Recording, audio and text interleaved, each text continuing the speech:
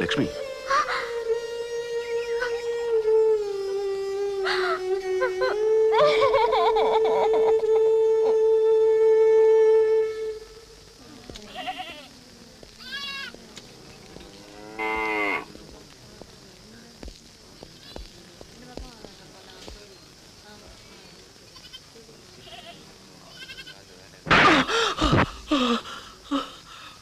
ഇതെന്തിനാന്നറിയല്ലോ?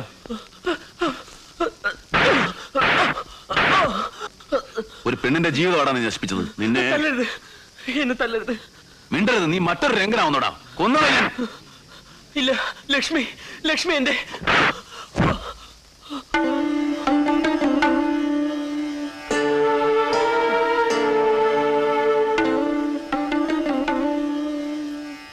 ലക്ഷ്മിയുടെ കഴുത്തി കെട്ടാനാ. അറിയാതെ ചെയ്തു പോയ തെറ്റിന് അവിടെ കാലിൽ വീണ് മാപ്പ് പറയും ഞാൻ.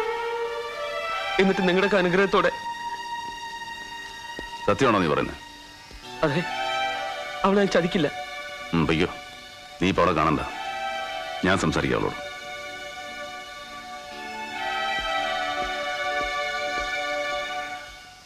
ലക്ഷ്മി, പറയുന്നത് കേൾക്കൂട്ടി.